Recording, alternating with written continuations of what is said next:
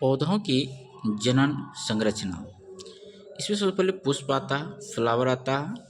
और हम सभी जानते हैं कि पुष्प जितने फ्लावर पौधे हैं, प्लांट जो भी है, इसे दो भागों में बांटा गया है। एक है एंजियोस्पर्म, दूसरा है जिम्नोस्पर्म। एंजियोस्पर्म में पुष्प बनते हैं, बल्कि जिम्नोस्पर्म में पुष्प नहीं बनते हैं। उसके नग्न बीज होते हैं, बहुत ही छोटे होते हैं। तो हम लोग चलते हैं एंजियोस्पर्मिक प्लांट, आवृत बीजी पौधे की जनन संरचना है। आवृत बीजी पौधे जो भी होते हैं, एंजियोस्पर्मिक प्लांट जो भी होते हैं, उनकी जनन संरचना जो होती है वह आवृत बीजी पौधे में होती है। पुष्प, पहला हम पुष्प की यह पॉइंट लेते हैं कि यह पौधों का सबसे सबसे आकर्षक भाग है। पौधे का कोई भी भाग है, सबसे अगर कोई आकर्षक भाग है तो वह है पुष्प है। बिना पुष्प के भ्रूण, फल तथा बीज का निर्माण नहीं हो सकता, क्योंकि पुष्प ही एक ऐसा प्लांट है जिसमें लैंगिक जनन होता है। और लैंगिक जनन में भाग लेने वाले दो पदार्थ, मूल रूप से दो भाग, एक पहला है जायांग, दूसरा है पुमंग।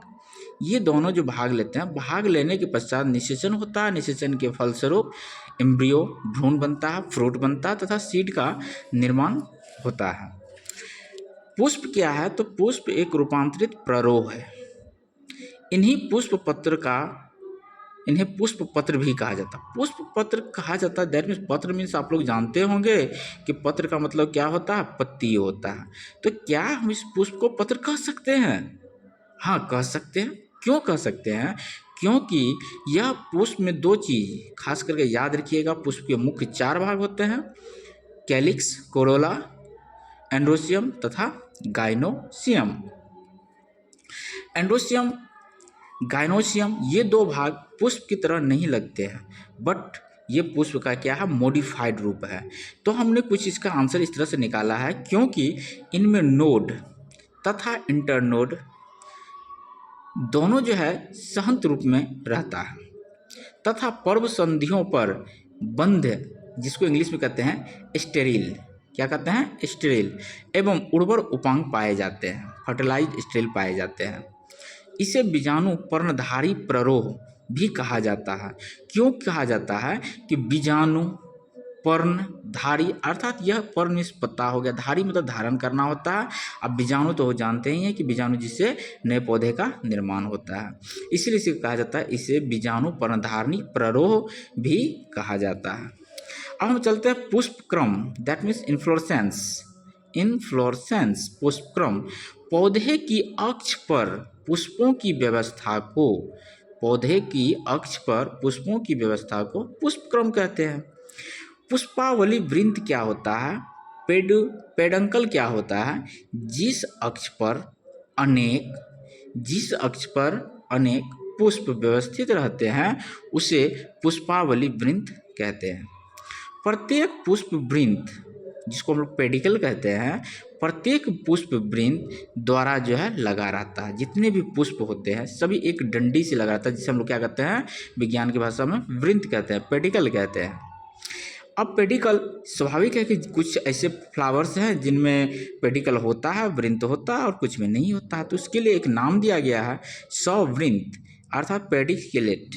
पेडिसिलेट जो होता है, वृंत युक्त पुष्प को सवृंत कहते हैं, अर्थात जिसमें वृंत होगा, जिसमें डंटियां होगी, वे सवृंत कहलाएंगे।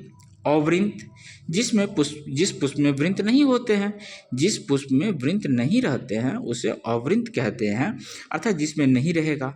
तो दो चीज हो सकता है, एक हो सकता है, एक नहीं हो सकता। अगर है तो सवृंत और नहीं है तो अवृंत। अब क्या होता है कि जहाँ से वृंत निकले होते हैं वहाँ पर उनके आधार पर एक छोटे से पत्ते के आकार का पाया जाता है, जिसे हम लोग क्या कहते हैं? ब्रैक्ट कहते हैं, सहपत्र कहते हैं। तो वृंत के आधार पर पाए जाने वाले पत्र को सहपत्र कहते हैं, क्योंकि उनका आधार जो होता है, जहाँ से पाया जाता है, उसे सहपत्र कहते हैं। निपत्र किसे कहते हैं? ब्रैक्टियोल किसे कहते हैं? कभी कभी वृंत के मध्य में छोटी और पत्ती सदृश संरचना पाई जाती है।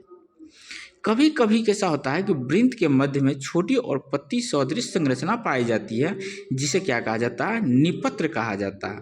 चलो अब हम इस सम को एक डायग्राम द्वारा समझने की कोशिश करते हैं। तो डायग्राम के माध्यम से अगर हम जाएंगे तो सबसे पहले हमने यहाँ जो पढ़ा है तो उसके बारे में थोड़ा सा अध्ययन कर लेते हैं। मान लेते हैं कि ये क्या है, एक प्लांट है। ये क्या है, एक प्लांट है जिसमें क्रमशः इस तरह से अपने जो है बहुत सारी शाखाएं निकली हुई होती है। अब मान लेते हैं कि ये एक ऐसी शाखा है जहाँ पर क्या है, पुष्प लगे हुए हैं। जहाँ क्या लगे हुए हैं, पुष्प लगे हुए हैं। तो इसे हम क्या कहेंगे, वृंत कहेंगे। क्या कहेंगे इसे, वृंत, पेडिकल। इसे क्या कहेंगे, पेडिकल कहेंगे। अब कुछ में क्या होते हैं, बहुत सारे एक ही से निकले क्या, बहुत सारे जो पुष्प लगे होते हैं, बहुत सारे पुष्प लगे होते हैं, तो इन्हें कहा जाता है, बहुत सारे पुष्प लगे होते हैं जिसे क्या कहते हैं, पुष्पावली वृंत कहते हैं। इसको टोटल को हम क्या कह दिए, पुष्पावली वृंत, पुष्पावली वृंत।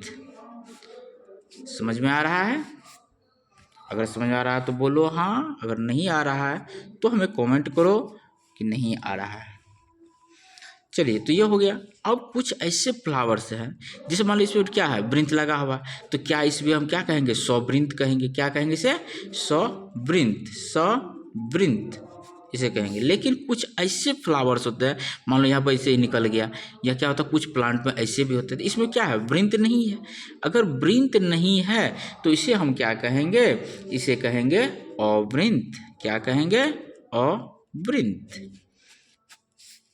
अर्थात सेसाइल। इसे क्या कहते हैं इंग्लिश में, सेसाइल। और वृंत है तो इसे क्या कहेंगे, पेडिसिलेट कहेंगे। क्या कहेंगे, पेडिसिलेट कहेंगे। राइट। अब हम लोग आगे बढ़ते हैं कि यह जो है वृंत, मान लेते हैं कि यहाँ से एक वृंत निकला और यहाँ पर एक फ्लावर है। चलो मान लेते एक फ्लावर है, और इस फ्लावर में एक यहाँ से क्या बहुत पतली सी इस तरह से निकली हुई रहती है। इसे क्या कहते हैं बच्चों, सहपत्र कहते हैं। क्या कहते हैं इसे, सहपत्र। अब क्या होता है, कहीं कहीं पर ये जो वृंत है इसमें छोटा ऐसे पत्तियों से क्या होगा, निकल जाता तो इनको कहा जाता है निपत्र। क्या कहा जाता है इसे, निपत्र। आज के टॉपिक में बच्चों इतना ही। हम अगले टॉपिक में पढ़ेंगे पुष्प के भाग, और इसमें जहाँ भी समझ में ना आवे आप लोग कमेंट करें, लाइक करें एंड सब्सक्राइब करें।